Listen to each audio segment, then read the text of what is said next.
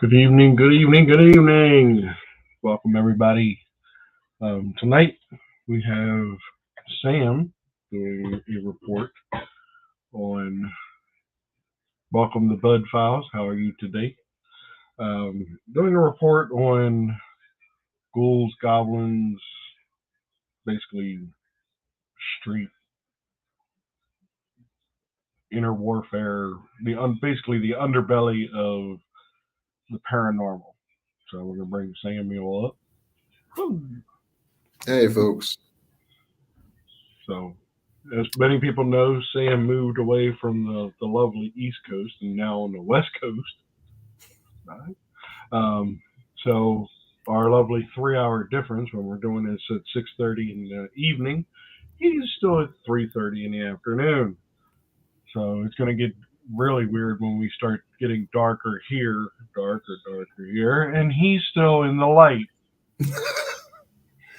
Yeah. Yeah, definitely me in the light. Well, when do you want to start? Now? Go ahead, sir. I'll pull All you right. pull you full screen, and you can get going. Well, tonight's on Supernatural City Wars. It's a bit different, but it does have a common theme in its sort of way. I guess you guys will hear it and let's get started. In many different places in somewhat medium-sized cities, there are those that are of the supernatural. The supernatural can come from all walks of life. They can be poor or rich. They can be homeless or have a home. They can be considered to be lazy and workaholics, and on and on. There is no real group mentality in a whole about those that are of the supernatural creed. There are divisions in this community and adjectives that they give themselves that can cause internal conflict with one another. A way to compare this such as Major League Baseball.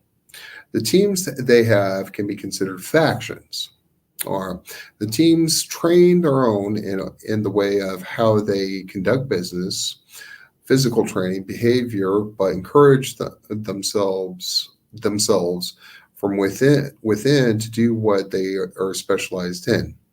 With those teams, they have competition with the other teams for things such as bragging rights, sometimes to obtain money, recruiting people from teams to join their side, and various other reasons that can be hard to explain or even impossible to explain.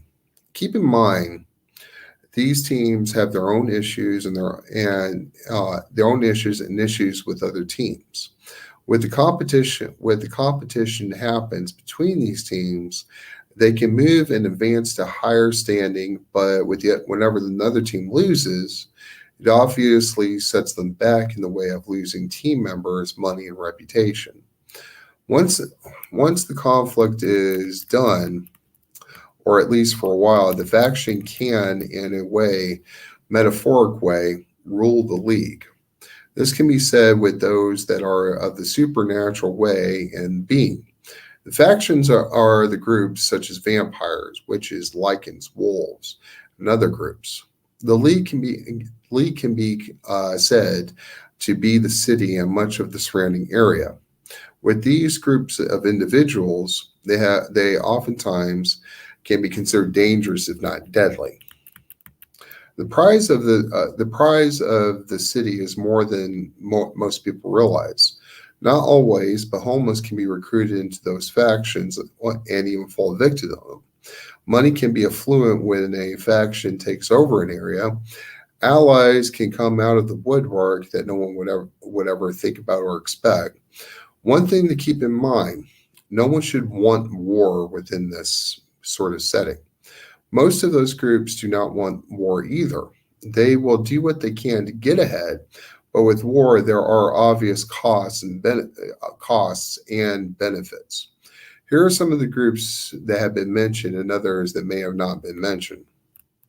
Vampires are organized and not organized. They have different types. Those that consume certain forms of energies through causing certain amount of emotional reactions. Those reactions can be considered necessary for their survival because there are certain energies within the body that they are not able to produce on their own. In a general way, you could call it chi or life energy. There are those that are Sangrean vampires or blood vampires for short. There are theories as to why they feed on some. Some say it's a compulsive need. Some say their bodies cannot produce certain vitamins or proteins that a regular human can produce on their own.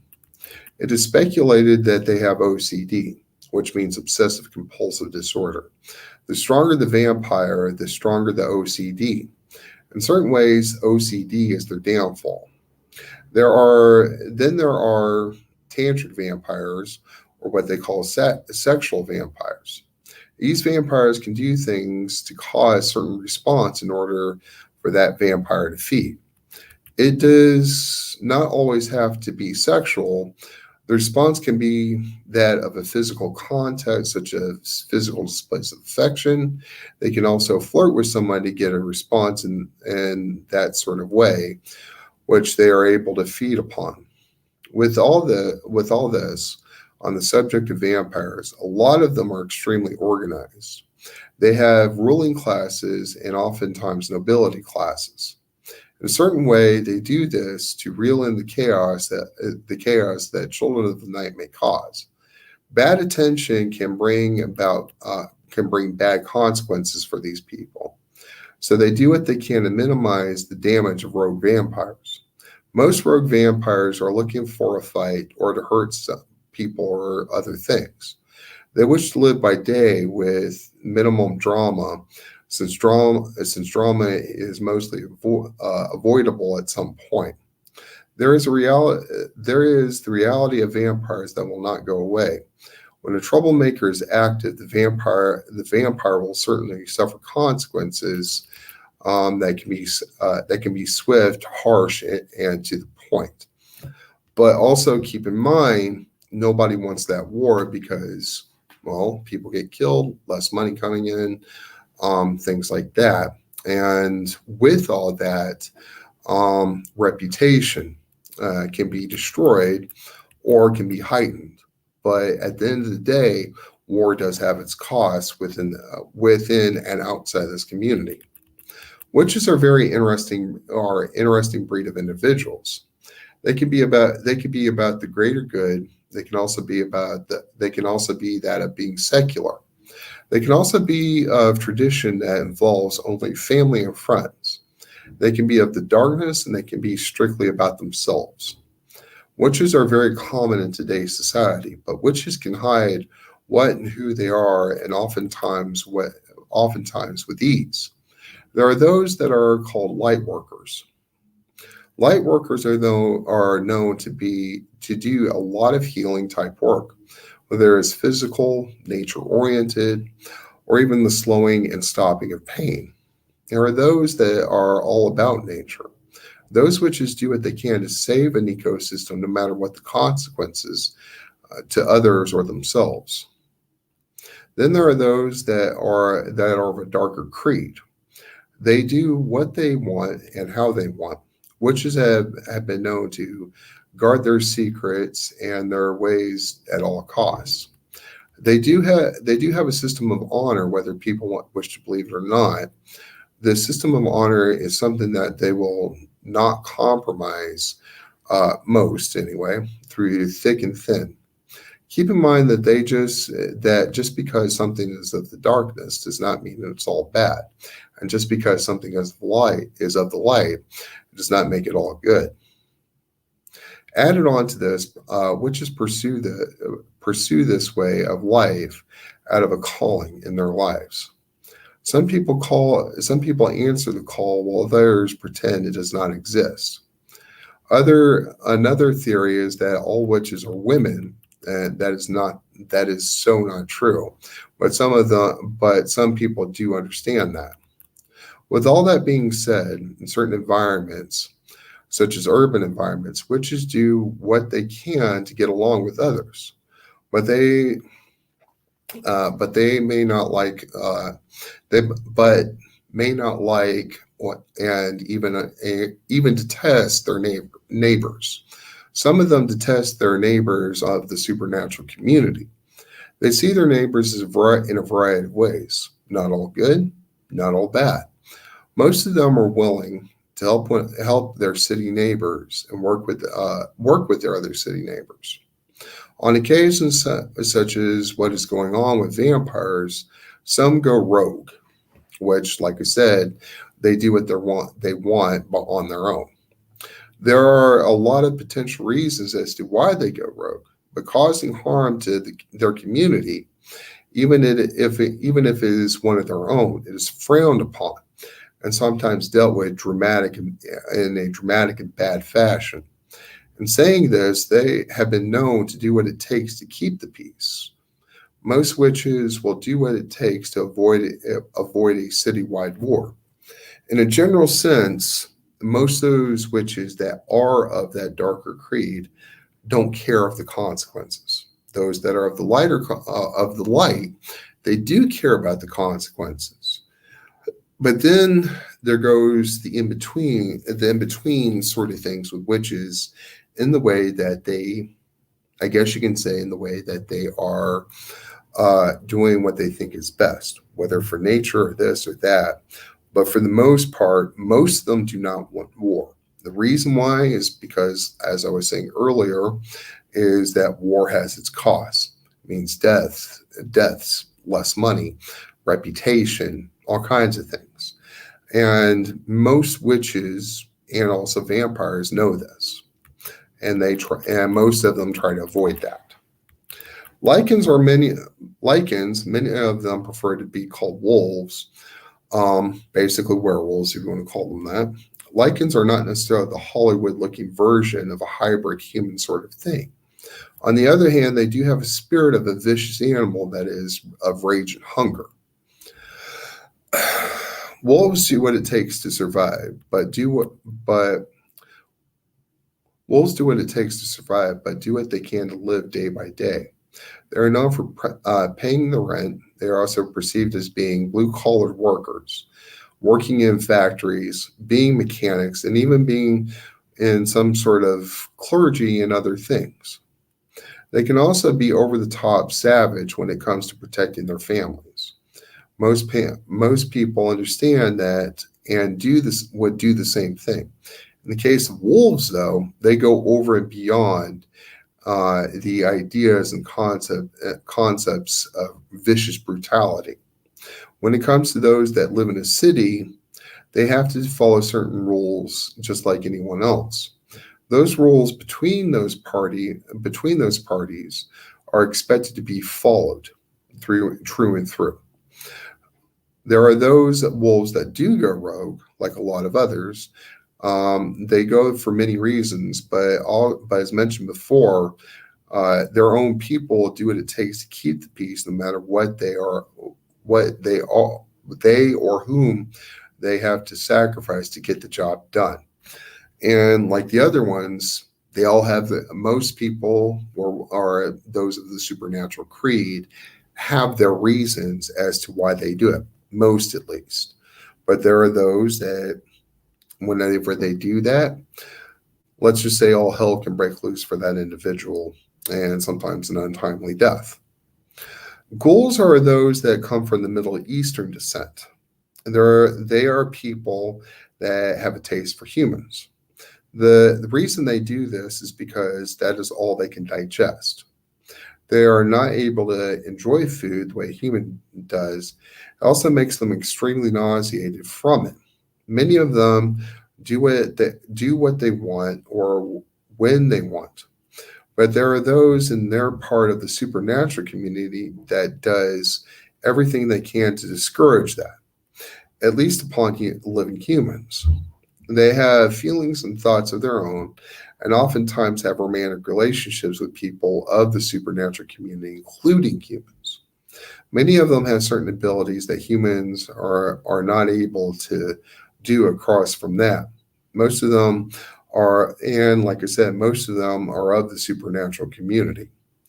Many of them are brilliant and can be that of a scholar type nature. They can be seen working blue collar jobs with white collared occupations also. As mentioned before, that unfortunately the need for flesh in order they have to have the urge for flesh in order to survive. With this, many ghouls feel they need to go rogue and consume people of various parts of the supernatural life. With this, the ruling class, they seek dead bodies to feed upon. They do what they can to keep the attention off of them. So that's why they go to dead humans. They are known to lead quiet lives and to stay in the shadows.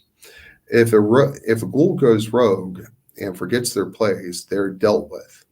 The ghoul can be part of the community. The ghoul part of the community are known when this happens. The ruling class does what they can to make sure that that rogue ghoul never causes trouble again. Another thing they do is work with the supernatural community to keep the peace, and to keep a good and standing reputation within it. They have also been known to go hardcore diplomatic. On the other hand, many of them do not want war. Many of them do want war, which means individuals to feast upon. The idea of citywide war is something they will do what it takes to prevent, at least with the ruling class. But like I said, that's just how it goes. If anything, ghouls are the main ones that will do everything it takes to keep the peace.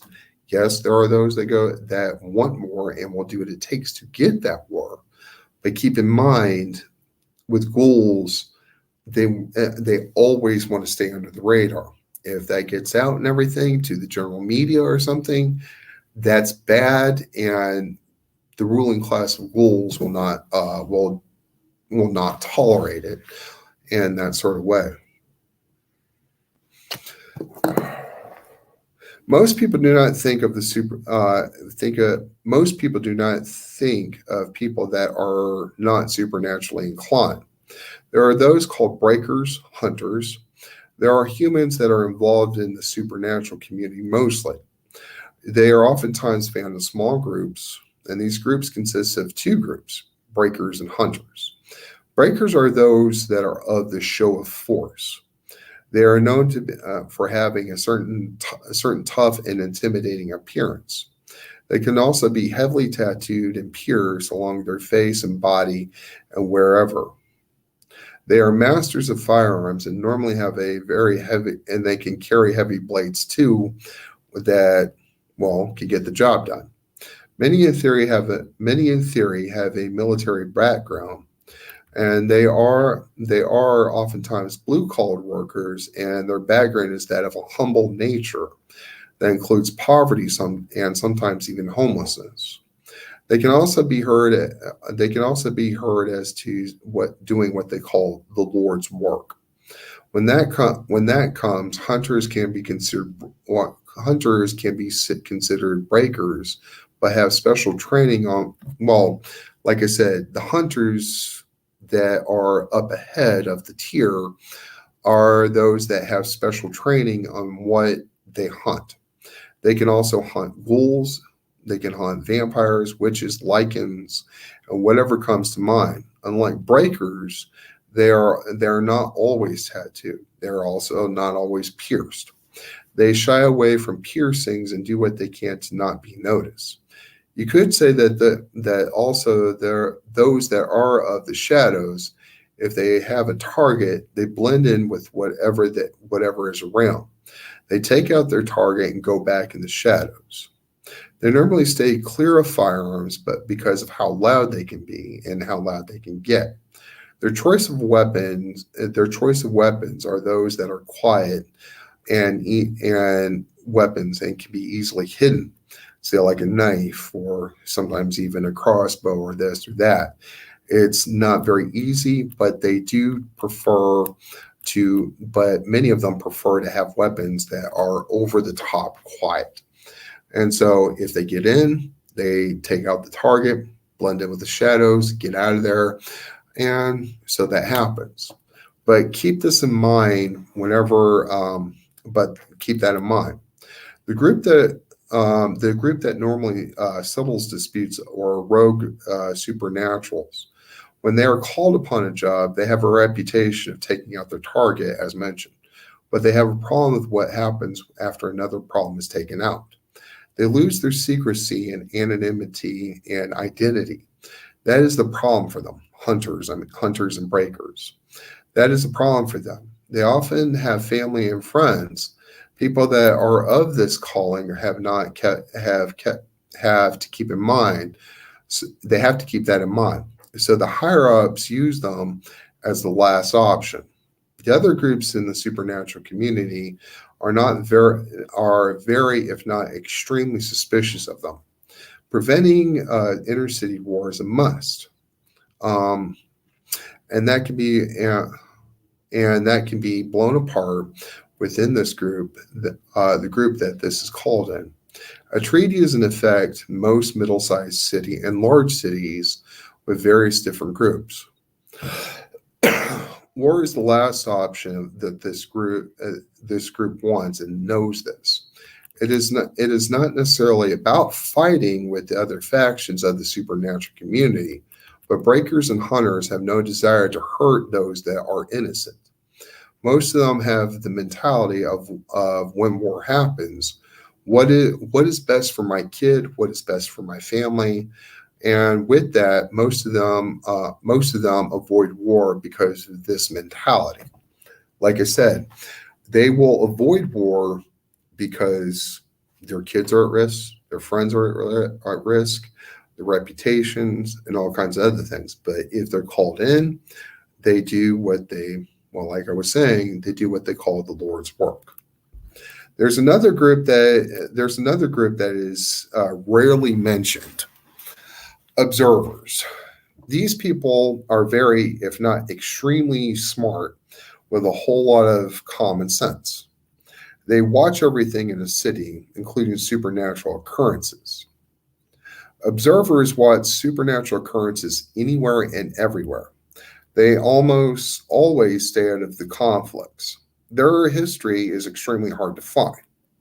So much of it is known in mystery. People in theory have said that Aleister Crowley, Peter Lavindia, Edgar Allan Poe, Isaac Newton, and many others that are considered to be observers.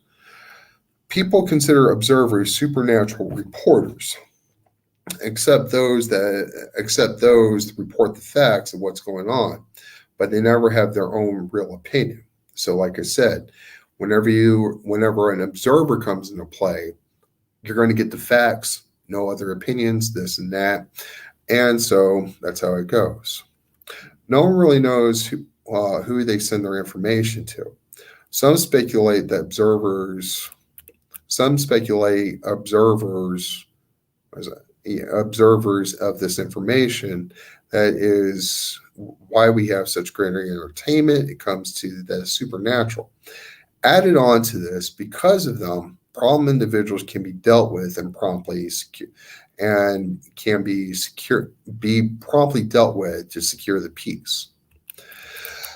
Observers, this is a hypothesis, this isn't fact, are called in to get the facts straight in groups by the higher ups of those, including their own groups. With observers, they have a way of blending into crowds like hunters and breakers. But they are better at disappearing without a trace. They can also alter their appearance and look like anyone and everyone else. When it comes to magical sort of practices, they are not very heavy on usage. They're like that so it sort of makes sense for it to be harder to track them from other people that can pick up on certain energies and craft practices. They do this for the simple reason of not standing out. So, like I said, whenever it comes to certain issues, in my opinion, this isn't This isn't fact, but in my opinion, observers are the main ones that most every single faction will use. And like I said, no one truly knows who gets the information that an observer knows or what has. They do what they can to get the facts, to blend in, get out, and then they report it, but no one knows where it goes. So, to some degree, you could call them, and this sounds arrogant, I'm not trying to stereotype, but you could call them ninjas of some sort if you want to call them that. Specialists at getting in, getting out, getting the job done. Then there is another group that some people like and some people don't. Another group is called Fae, and some people call them fairies. They are seen in and out of cities. There are a few places that they're claimed to originate from. Have been known to they are known to have been from the islands of Britain and Ireland. It has been said that the ties to the area of what is known to be Persia and even some parts of France and with certain Germanic tribes. Oftentimes, they have been known to have human-like appearances. It has been said that they can be quite tiny to regular human size. Many of them throughout the world have used the word fairy in order to uh, they use fairy in an extremely loose way, in a way to describe anything with magical powers from goblins to even pixies. Whether someone is a believer or not, there are quite a few different types. And in certain ways, they have been known to take care of those environments, plains, grasslands, forests, and other places. In saying this is just theory, but they would do what it takes to take care of cities also. Basically, it's another environment that they want to protect. In certain ways, everything in the world has to adapt to certain environments, whether they wish to or not. In certain folklore, many of them have been said to be pure and natural fighters. They have a problem with thieves and those that may ruin certain environments they may treasure. With this, these magical groups of people will do what it takes to take care of their environments by any means necessary, no matter what it is. Keep in mind this mentality. There are people that realize the cost of city wars. Many of them have learned to cherish grassy parks. They do what they can to pick up after themselves on what they call their own property. They also do what they can to keep up with other responsibilities, such as taking care of stray animals. As mentioned before, they are not afraid of war. They have the problem with hurting anything that threatens what is theirs. But there are consequences. But they know the consequences of these actions. They do what they can to keep the peace outside, in and outside of the community, within their community. And most anyone knows war is the last option, and they know it. People that live in cities, whatever their economic or social status is, have got to get along. Whether they have one or another, or do not like each other, they have tolerance for most everything in the city. Most of those groups do not accept each other. When certain groups do not get along, there must be compromise. And that is the big part of diplomacy. Those cities where diplomacy fails, no one wins when it comes to all-out war with all the factions.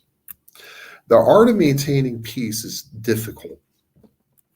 These people of these factions are the factions are ready for a conflict.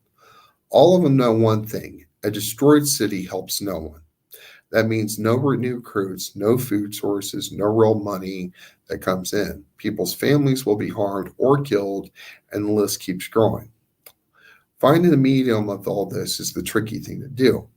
Leadership is badly needed to take care of the supernatural conflict and the inner city conflicts, and I mean inner supernatural conflicts. The report is kind of something that just barely scratches the surface. It shows a few groups that are of various through various cities throughout the world, but there are many more that are hard to find. Another thing that was mentioned was the rogue groups, the rogue people of these groups. Those that have abilities that must be dealt with. If not, the repercussions are endless. There are certain groups that do go rogue. No matter what they are, they pose a threat to stability. In a general sense, oftentimes these single individuals attack others of a different faction within that city. Those individuals can be considered very good, if not excellent, at fighting, whether they are armed or not armed. Most of them do this because of certain vendettas with people outside the groups. If this starts becoming an occurrence on a regular basis, that is when a bounty may be put out in their heads. With rogue individuals, it is one person that it is not just one person, but because of them receiving help, the help may not be in help. The help might not be in helping. The help might be with helping of food, first aid, money, and other things like that. As mentioned, that bounty can be put upon their heads along with those that have helped this person. Once that happens, many people go to pursue this individual, and the person may be interrogated and sometimes tortured for information. The reason for the bounty is to put a message out there that certain actions will not be tolerated by anyone, no matter who they are or whom they are. And if there are multiple bounties, that means factions are working together to solve the problems. In a general way, is to try and prevent a storm from happening. I guess you can say an old-fashioned hurricane, which destroys everything. People say that war is nothing more than profit. In theory, that is a good point, but peace actually is more profitable than war. Everything working together to get goods and services out there to exchange for money. When people are not dying in times of war, that means more places are being built to live in, and people are picking places to eat, and more people feel more confident because they feel safe. When peace is happening, there is less need for certain figures to come out and look people up for certain crimes such as assault, sexual oriented crimes, robbery, and on and on. This is being brought up because the supernatural factions know this and know it well. Another thing, these factions wish to stay in the shadows. When they are in the shadows, they are able to pursue their own agendas and progress in their own and progress in their own goals. So, with everything, what are you guys thinking? What are you guys wanting to hear? Anybody have any comments?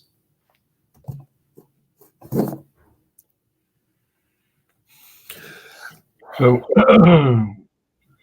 C Death 420 from Twitch, he was talking. He was like, "Are there different factions of paranormal investigators?"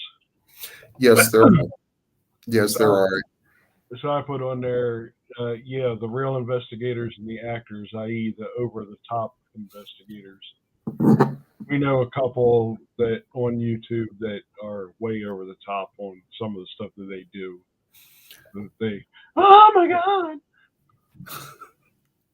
Oh God, that's well. You could say to some degree, paranormal investigators, cryptozoology investigators, even alien investigators. They're observers. They're observers. They are there to find the facts. They're there to find what is real and what is not real and things like that. They're about finding a logical explanation for all this.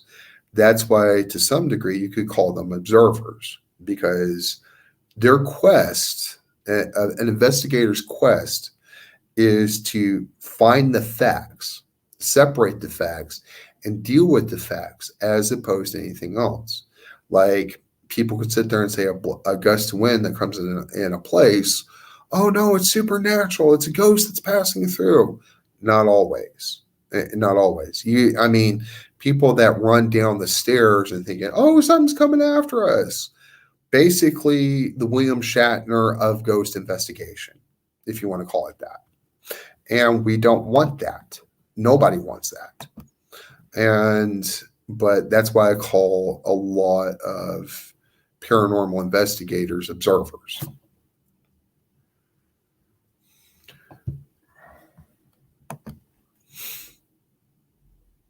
Well, what else is there? I can talk. Go ahead. Linda's telling me to put my weapon away. We're guys. We don't want to do that, but I don't blame her, but we don't want to do that. When it comes to dudes, more weapons, the better. I mean, hell, in the South, they call it praise God, praise Jesus, and pass the ammo. If you want to talk about Southern saying.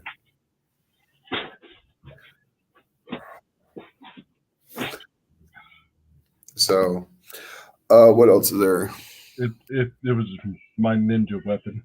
Oh shit. Well, like I said, I don't come in straight. I've already threatened him that I would break it and get rid of it. I can buy another $5 Walmart machete.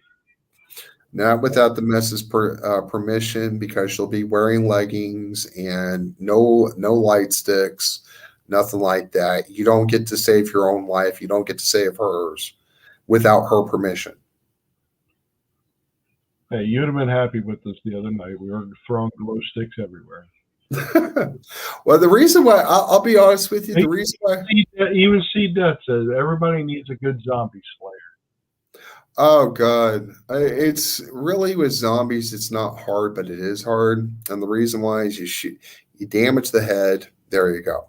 And another thing added on to it, whenever most in theory are... that most of them in theory are afraid of fire. But like I was mentioning, ghouls, which had the Middle Eastern descent and everything, are the most interesting. Basically living zombies, intelligent zombies, living zombies. They feed off flesh and this and that. And it's not necessarily a gluten-free diet. It's, I mean, which I'm doing a little bit more research on.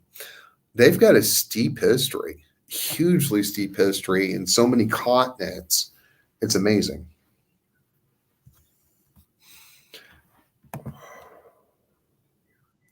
I think she meant glow sticks. If the confetti everywhere. Well, with glow sticks, the reason why I'm such a stickler with glow sticks, it's okay. But with the reason why I'm such a stickler with glow stick is you got two advantages. You got a little bit of light, number one. Number two, if you get lost while you're wearing leggings, you might be able to find yourself back a little quicker. You might be able to find yourself a way back, because oftentimes whenever you're trapped in the middle of nowhere and you can't see crap, at least you have more of a fighting chance. At least you have more of a fighting chance whenever it comes to glow sticks. Bet you don't get lost in Pocomoke Forest. Oh, God. You can. It's a possibility, but it's less of a possibility. I mean, I snapped like 10 of them, and I'm just sitting there, all right, we're getting ready to go down this path, lob one onto the ground, and we're into a tree, and we're walking back. It's like, all right, there's the orange one. All right, there's a yellow one.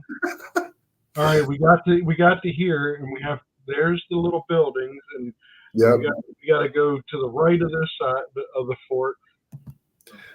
Now, another thing also I've learned is now, whenever we're just getting off topic, and I'm enjoying the hell of getting off the topic, is I'm a huge believer in MREs, With MREs, you get trapped out in the freaking middle of nowhere. At least, no offense, if somebody's got low blood sugar, it can save their life and everything. And if you're in a bad mood and everything, at least something can cheer you up. And something can cheer you up a little bit, or at least make the tension a little less obvious. Because, like I said, there are some highly qualified leaders that I'm sharing the screen with, but whenever they have certain health problems, carrying some food can save your ass. So, is that the cat? No, that was me looking around for whoever you're talking about. You are a great leader. Don't I mean, I will argue that up and down. I don't care. So to explain the whole Pokemon Forest thing, and you guys can go back and look at our video. We were doing a live, and the forest basically was taking over our electronics. So we ended up cutting the live short, and at the same time, it wasn't giving us a good GPS signal. Oh, that's an understatement. I mean, it was sucking the life out of everything we had. So we sat there, and I mean, it was literally sucking the life out of it. I mean, everything. Our body energy was starting to deplete. The electronics were going haywire. Literally wouldn't give us a GPS signal for anything. And then eventually, once we did get somewhat of a GPS signal, or at least a mapping version of a GPS signal, I sat there and was like, all right, let's find where the graveyard is, where we parked by, and figure that out. And it was like, all right, so we got to go that way. So we ended up walking further into the forest and going, I think we're still getting lost. Well, no, I'm taking the more direct route. Yeah. Well, the one thing I don't give a damn who says it after this, I will be throwing light sticks on the ground no matter what.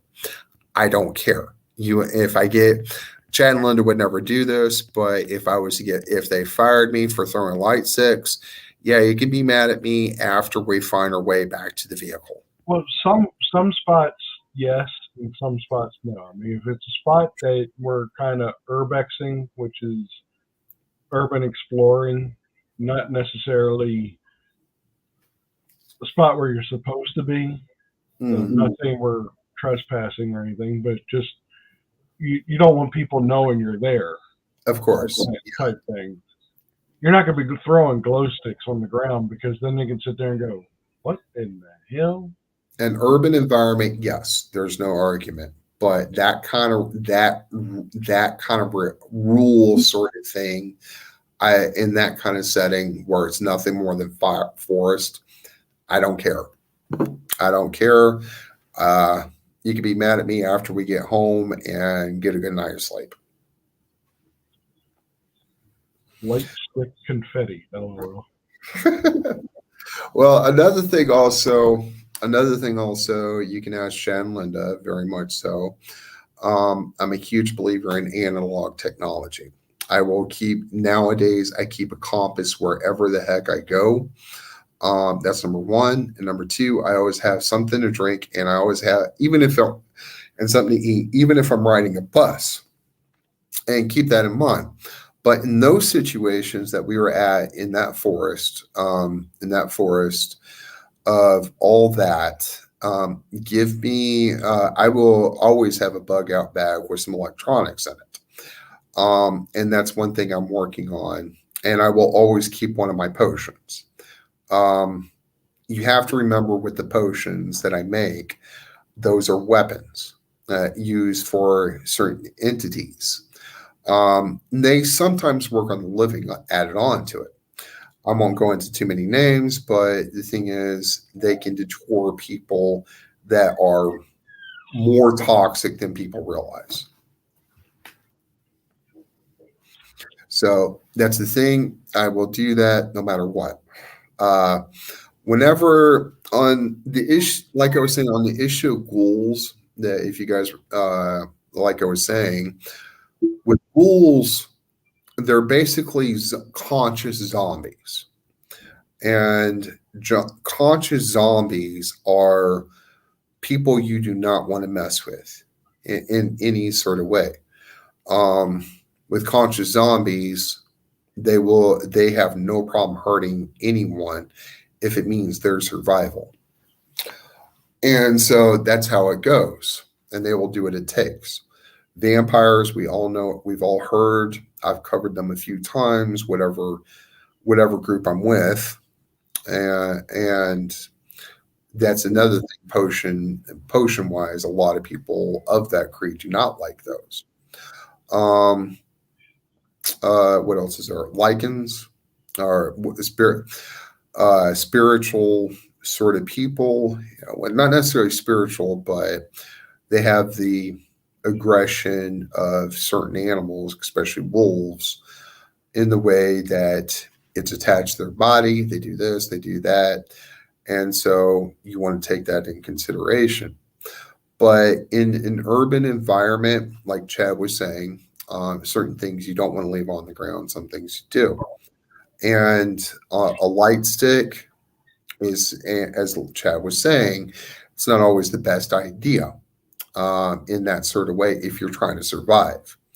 If you don't have any choice, you still need to rethink a light stick. And so it depends on the environment that you're at. If it's a city environment, use your wits, your gut instinct, and you might survive. See death with the conscious zombies sounds like most of the general population.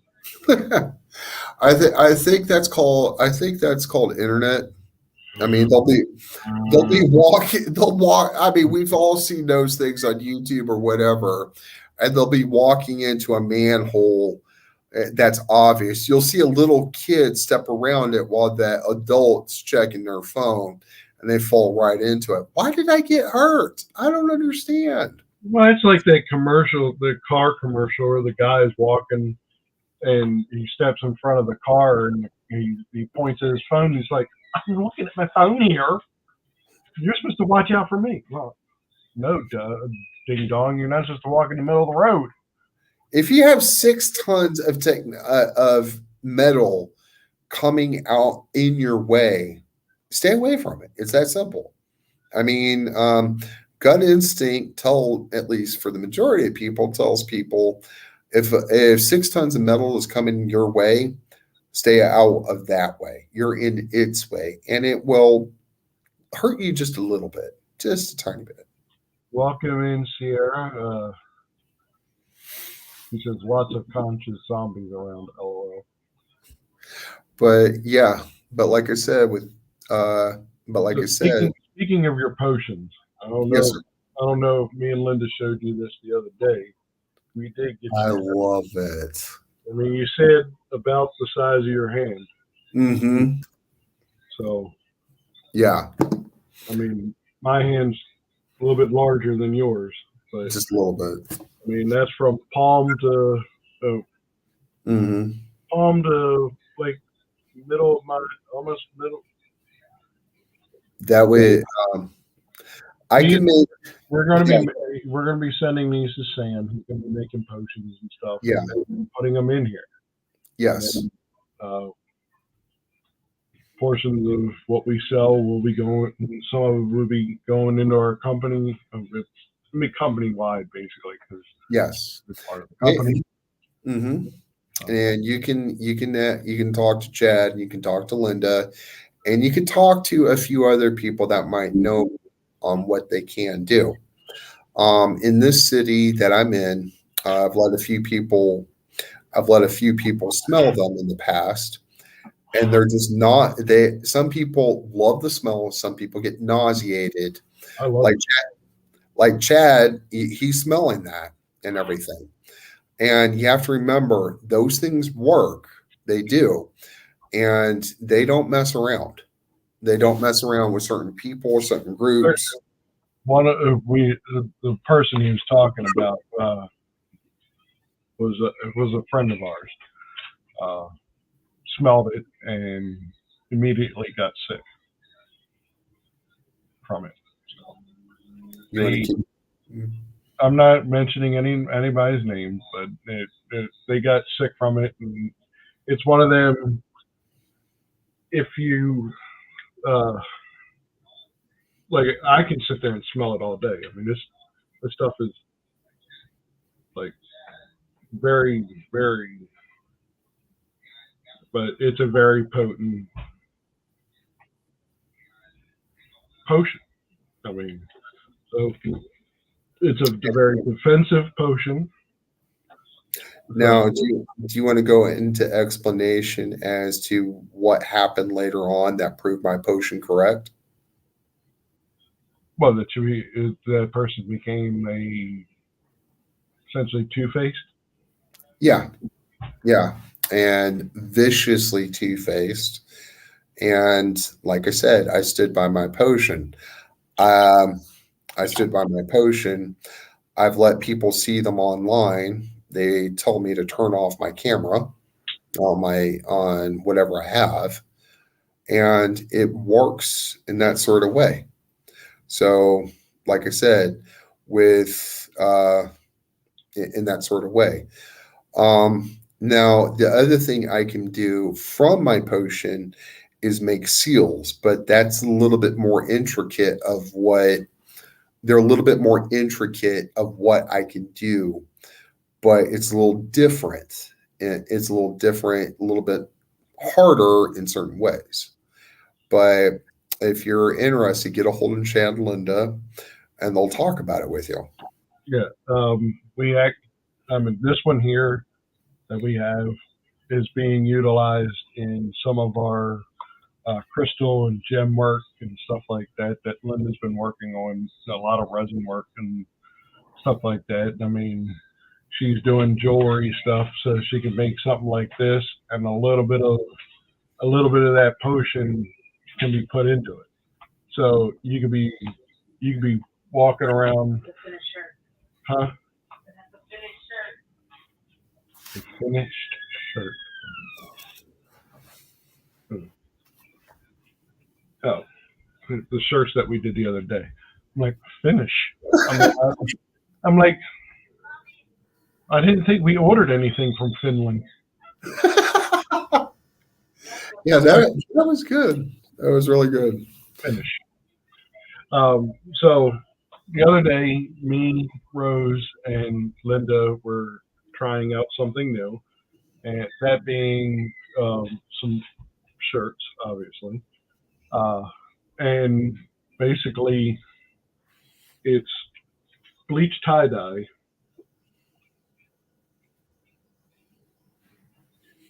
with a stencil, and then you just sit there and you take the stencil, which this one is the Dia de la Mortis, uh, Lady Death, essentially, and sit there and you take the stencil from, and then spray the bleach, which is why it's color the discoloration. But wherever the stencil was, it stays the color of the shirt. Since this is a pink shirt, where the stencil was, it stays pink. Uh, that's the only one she threw at me.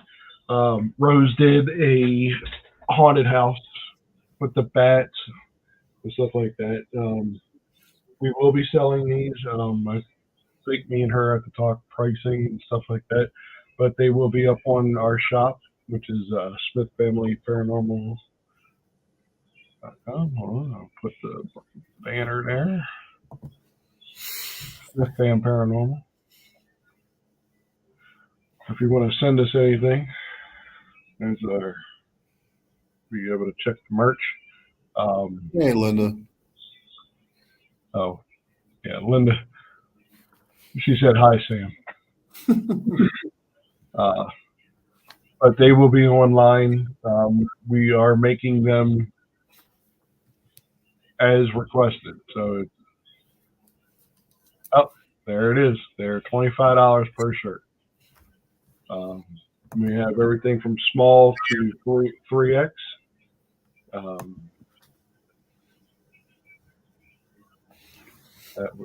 that was Rose. The shirt? Oh no, the High Sam. That was from Rose. Oh, okay. Hey, sweetie. I don't know. I mean,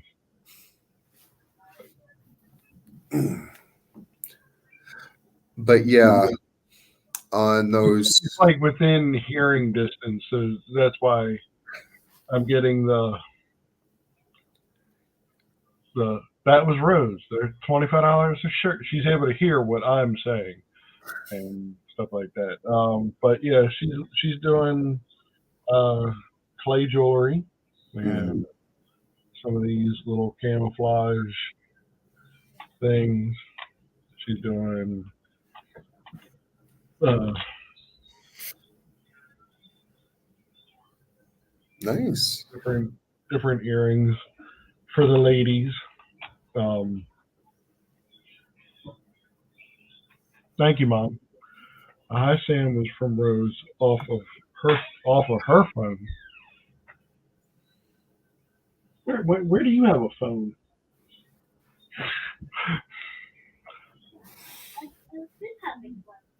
Huh? Oh. Okay. Just confused.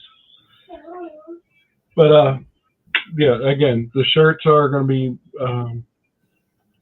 made as ordered. If somebody wants to order one, we'll get you the PayPal link. You can send that over. We'll get your information and stuff like that. $25 per shirt. And it runs from, and it's not varying in prices. It's 25 per shirt. So if you want, and we have black, purple, and pink. So if you're a lady and would like a lady death, we have that one. The spiders. Yeah, she didn't throw all of them at me, so I can't show you the other one. One of them was like this. It's a spider going down on the web, and it's all nice and big. And then the other one is, like I said, it's the haunted house. So when you spray the Bleach. hold on, let me.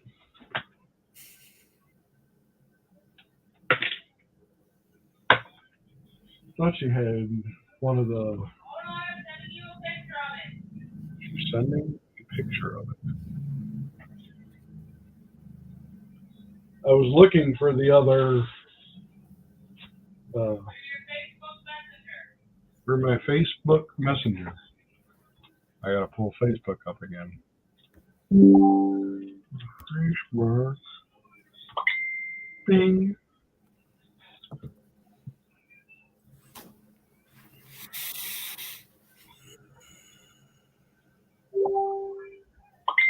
Okay.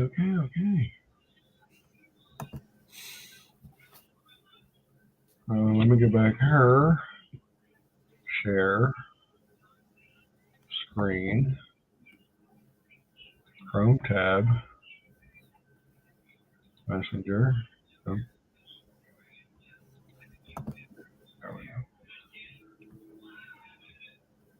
Can you see it?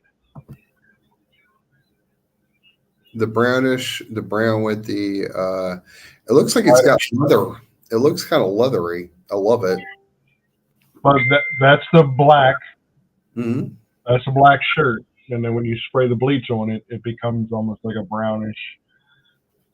And then once it dries, it's almost whitish. But the big old spider and stuff like that.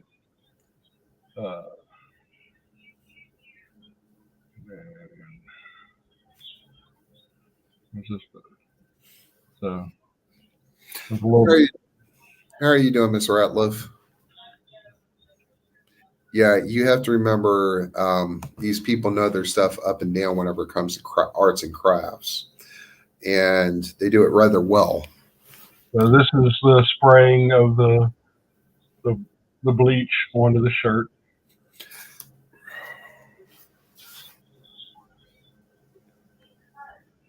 There's the haunted house on the purple shirt.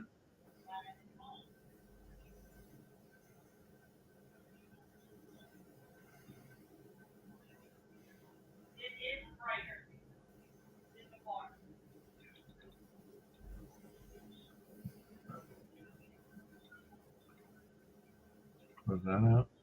From Walker.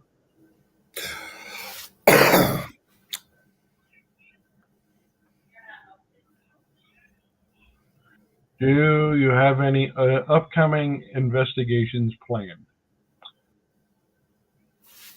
I have. Yes, Oh, we do. At some point, we have. Where are we going?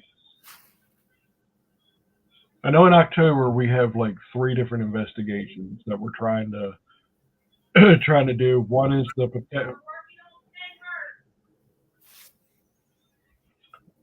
4 apparently. We're trying to work on Penhurst Asylum. We're trying to work on the Patapsco Female Institute in Ellicott City. What the hell?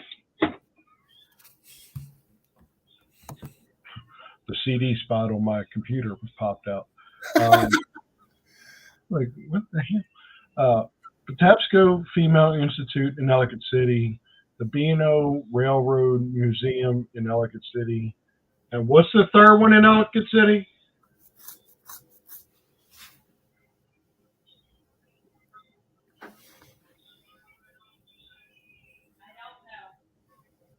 She doesn't remember either.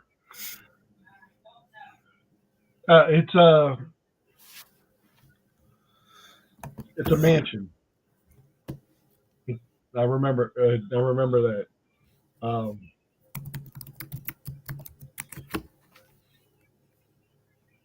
This is the time of the month that it normally does get extremely busy for us because it's the quiet rundown right before winter. Because once winter starts, somebody I know does not walk on the snow very well, so we don't go very many places. We end up taking any of the investigations that we did during the year and kind of rehashing, and usually last Saturday in or last Saturday in December is usually our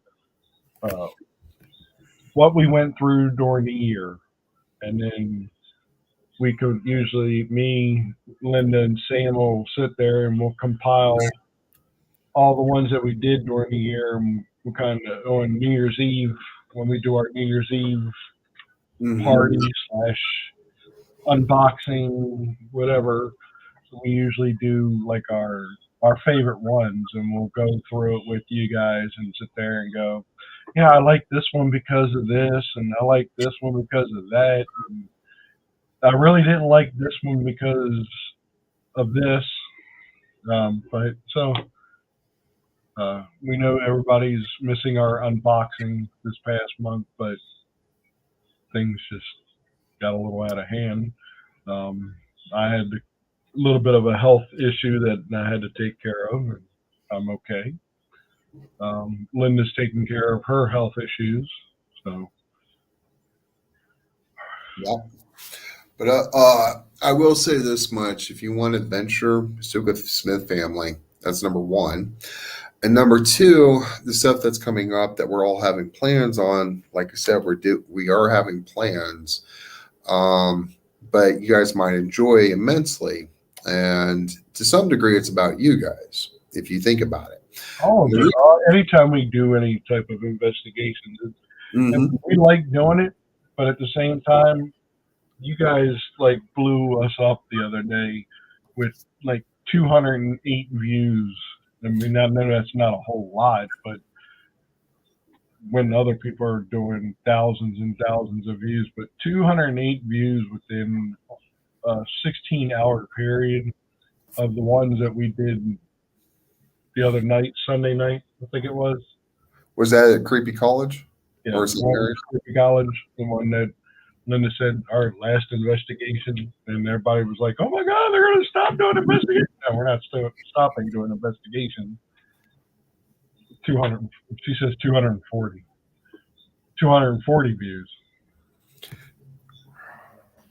Well, but still, I mean that for the first 16 hours. I mean that what we've been trying to do is go out, do an investigation for you, have fun with it. If we get something, great. Sorry for the scare, um, but it's it's for you guys. I mean, classic. normally we sit there and we say we're not going to provoke, but that particular night, the guy in the trench coat needed to be provoked, and we knew how to provoke it without getting too cocky on a provoke, and or too dangerous of a provoke.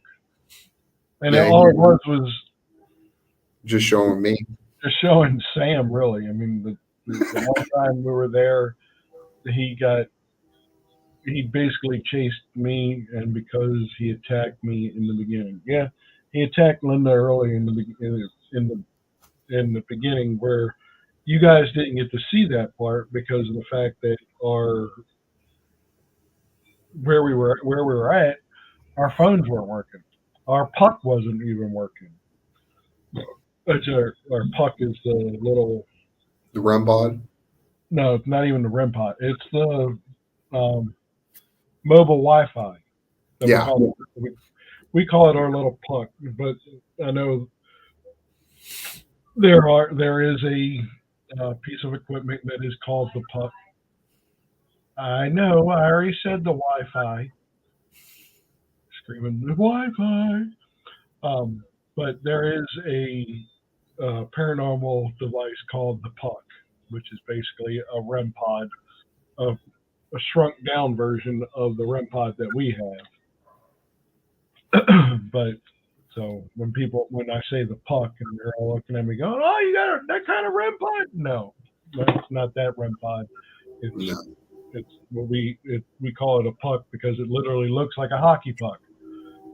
Um, Sea Death, you said earlier you want to go out doing urbexing wherever you're at. Get some stuff that I mean, like we talk about the bug out bag. Depending on where you're planning on going or whatever, wherever you're planning. I mean, urban exploring is fun. I mean, you saw how we did the Winterborn Mansion. That's tech. It it was a old run down house, a mansion. We went out there and investigated it. Yeah, we got some. We knew what had went on in that particular uh,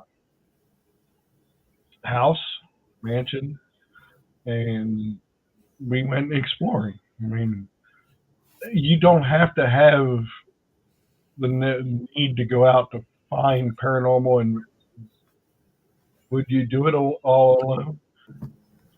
alone?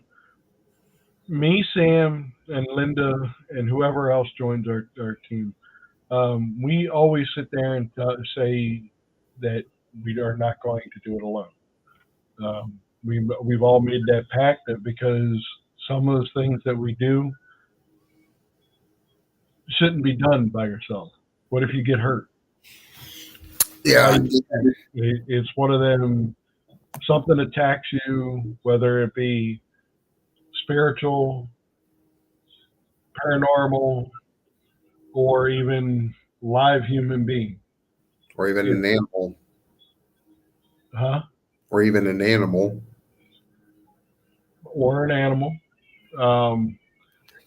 But it's one of them. If something attacks you, there's another person there that's going to be able to help you.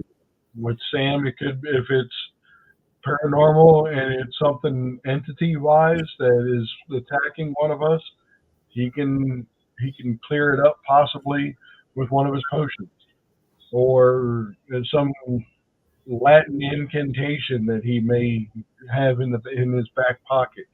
If it's human, Lord help them if it's human that's going to attack us. Because if it's me and Linda out by ourselves, out with each other, Lord help them if they go to attack my wife. I would feel sorry for them. No offense, but I would feel what Because you yeah. she's not going to like it. But now that I have this and it's on my hip, Lord help. That's the least of his problems. That's going to be the least of their problems because military background. And then you've also got Linda, who could probably stitch somebody up rather quickly, first aid wise, and things like that. We Right. all have our talents and everything. Yeah, I mean, with Linda being a nurse, I mean that's our medic. Yeah, Linda has wanted to kick my tail end so many times going to some of these graveyards. You can ask her and everything, but they are right. I don't really have much of a choice, but Linda has wanted to kick my tail end. Yeah, about that. I'm kind of glad we're actually doing over the hour that we normally do because now we got people actually wanting to discuss some stuff. Sierra, I think that the nastier the entity might even attack just because it knows you're vulnerable if you're alone, which is straight up why we don't do things alone. It's one of them. If for some god awful reason we're out there by ourselves and an entity, whether like I mean, well, say we're out doing an urbex or something, and it a live human being. I get so annoyed with the one kid that's on YouTube that goes out by himself doing urbex. I love him to death, but me and Linda both sit there and get so annoyed at the fact that he's doing it by himself. And he's going into these places, and he lives in Maryland. So, Lord. I didn't know that. Yeah. So, if you happen to be watching this, and I hope you do, I love you to death, but you need to stop going by yourself. I see that you've gone out with a couple of your friends, but at the same time, stop going out by yourself. If you need somebody to go with, hit us up. We love going out, and we can collab and stuff like that. But at the same time, him going to these urbex places, whether it be a rundown hospital or a rundown school and stuff, stuff like that, it's one of, or call us.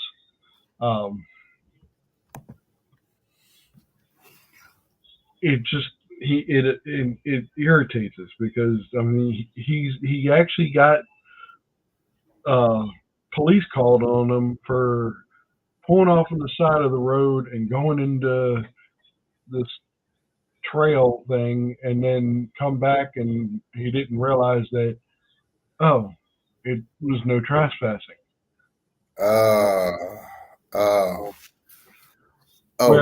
Where if you have another set of eyes that's sitting there walking around with you going, hey dude, no trespassing. So yep. Right. That's one of the reasons why me, Linda, and Sam have basically said I need chopsticks.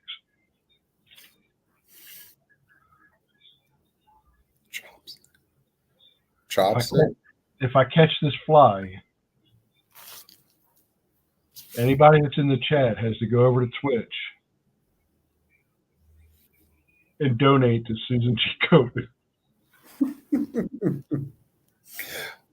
Well, let me show them. Let me show them one of the things What? I have. Let me show them something that I use on a regular basis.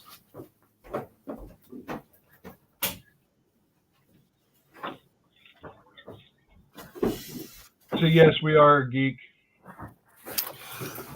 This is what I call a metaphysical bug out pack.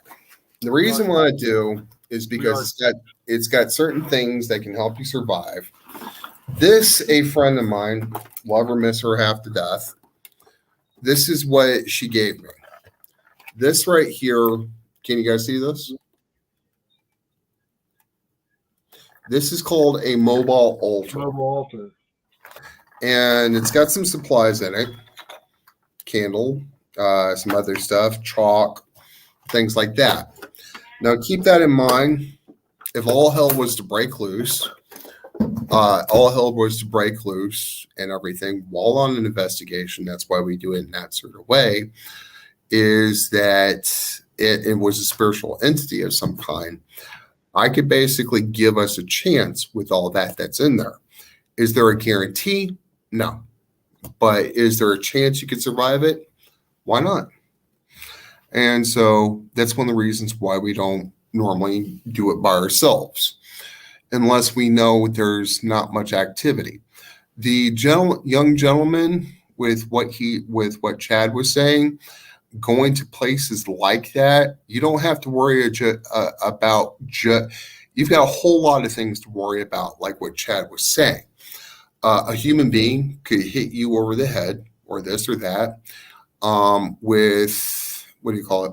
With an entity, it could become an attachment on you. Linda, say like if that young man or that young person was to step on something sharp, it could severely hurt you, if not make it to where you're in a hospital for a very long while from something sharp being shoved through your foot and everything. And if you can, always do it with somebody. And as Chad was saying, we have our specialties. And like I said, like Chad was saying, you have to remember you have limits. So mom's telling you, see, you hear that, Sam, find someone to go with. Mom, Sam doesn't go out by himself except the graveyards. Yeah, I know how to handle that. And usually he's not alone. We're usually with him. Mm-hmm. We're usually doing the live. Now I know it's not there. No, we know where he's going. We usually have the address of where he's going to.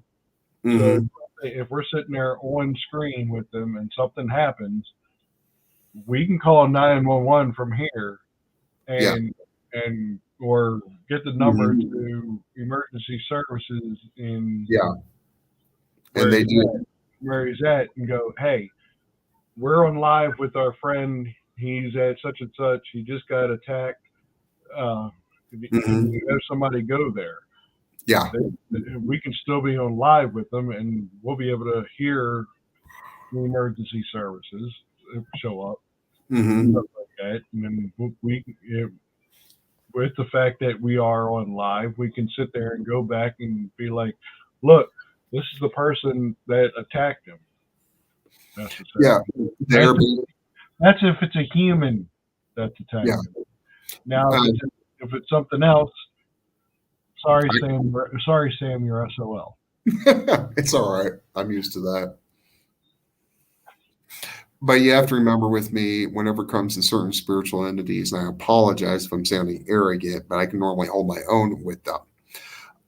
Now, with Chad and Linda, hell, if things don't work out here, my tail end will probably be moving to Maryland at some point or whatever, if things don't work out so well here. And with all that, with Chad and Linda, keep that in mind. They know their stuff up and down, especially in physical defense, melee combat, whatever you want to call it, and also first aid and this and that.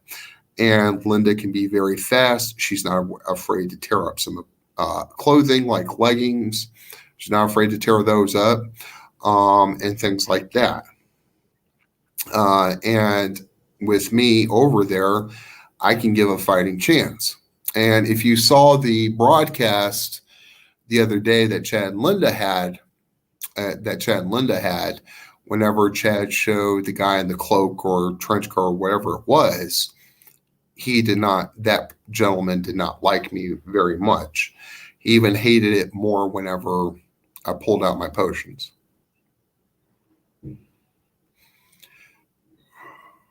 Listen to 50 Cent.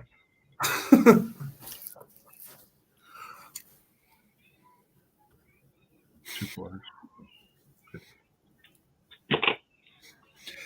Bad dad joke. Yeah. That was so corny. You could taste the corn in that. Why did the chicken cross the road? Because it was stuck to the chicken? Because it was stuck to the porcupine, I mean? What? You said what? Because it was stuck on the porcupine. Knock, knock. Who's there? The chicken. Chicken who? No, it's just the chicken. Okay.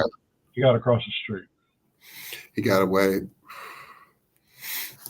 Welcome to the bad dad joke part of this conversation. So at that point, we're going to cut this short, or they really get corny. Yeah, we're going to have to sell it. We're going to have to go stick Colonel Sanders on them.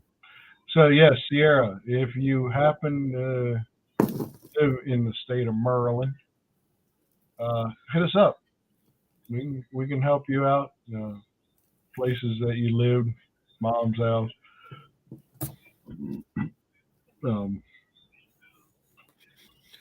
See death. I don't know where. And yeah, I was the whole Karate Kid. That was playing around. Trust me, I know how to use chopstick, but I've yet to catch a fly. And yes, we are nerds. Oh yeah, nerds unite. We have lightsaber chopsticks. Oh yeah, cool. But yes, we do house investigations. We do business investigations and cleansings and stuff like that. And added on to it, selling merchandise, which is always quality and everything. And we all have our strong points that we can do. We're going to. Well, I guess that's about it. Yeah, Sam, just make sure you stay on because we usually talk afterwards. Of course, yes, sir. Right. And that's what I was just thinking. If it's a spirit, how do you tell 911? You don't exactly tell 911. It'd be kind of weird. Me going, hey, my buddy just collapsed from the spirit that attacked him. I'm on my own. They'll be like, mm-hmm. Sure. Sorry, but he's SOL at the moment. Pretty much. We will check out Bottom Bonkers Network on Friday night. Tomorrow night, I believe. Thursday. For an inner quartz, we're going to have an inner quartz that'll be on. I think Linda, as soon as I'm done here, is going to come in here and do they would send men in white suits to save him while he's singing, "They're coming to take me away, haha! They're coming to take me away, oh, haha! To the funny farm." That was pretty good. Love that. I love that. I love that recording. Okay. All right, everybody. We love you. We appreciate you. Again, well, it's already started, but we're doing the charity on our Twitch. if you go on, if you are on our Twitch and you see the donate to charity button, it's going to Susan G. Komen breast cancer thing. Obviously, everybody sees that I'm growing my hair, which is normal for my September time frame, because in what is today, the 7th, I've got 23 more days of this growing out, because October 1 is usually when I do my lovely pink mohawk for breast cancer awareness for the ladies in my life that have had or going through breast cancer. Thank you guys.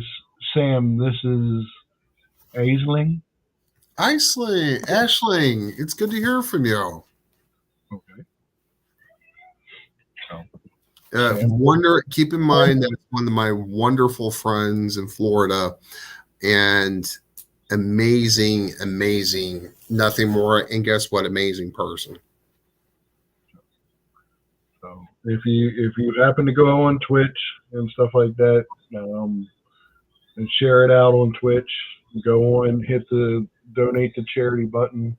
I made it a small 200 is our goal, and obviously we have all through the month of September and all through the month of October, with October being Breast Cancer Awareness Month. So for the ladies that are still here in my life, I love you, and you know that I do that for a good reason. For the ones that are no longer here, you know, up in heaven. But we're going to say goodnight to everybody tonight, and we appreciate you. We will see you guys later on. Take care, folks. Outro.